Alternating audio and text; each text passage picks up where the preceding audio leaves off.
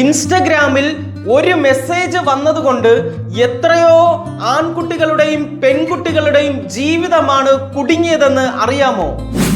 ആദ്യം ഒരു ഹായ് അയക്കും, പിന്നെ ചെറിയ സംഭാഷണം തുടങ്ങും, അതിനുശേഷം ദിവസവും ചാറ്റിംഗ്, അവസാനം മനസ്സ് തന്നെ അതിൽ കുടുങ്ങും. തിരിച്ചു വരാൻ ആഗ്രഹിച്ചാലും അതിൽ നിന്ന് വിട്ടുമാറാൻ പറ്റുന്നില്ല. പാപം ആദ്യം വലുതായി വരില്ല, അതൊരു ചെറിയ മെസ്സേജ് ആയിട്ടായിരിക്കും വരുന്നത്. അതിനാൽ പ്രിയമുള്ളവരെ, ദൈവം നിന്നെ വിളിച്ചിരിക്കുന്നത് ഒരു തെറ്റായ ബന്ധത്തിൽ വീണുപോകാനല്ല, സ്വാതന്ത്ര്യത്തിലേക്കാണ് വിളിച്ചിരിക്കുന്നത്. സ്വതന്ത്രമായി സന്തോഷമായി ജീവിക്കാനാണ്. അടിമയായി പോകരുത്. പ്രിയമുള്ളവരെ, ഞാനിത് വെറുതെ പറയുന്നതല്ല.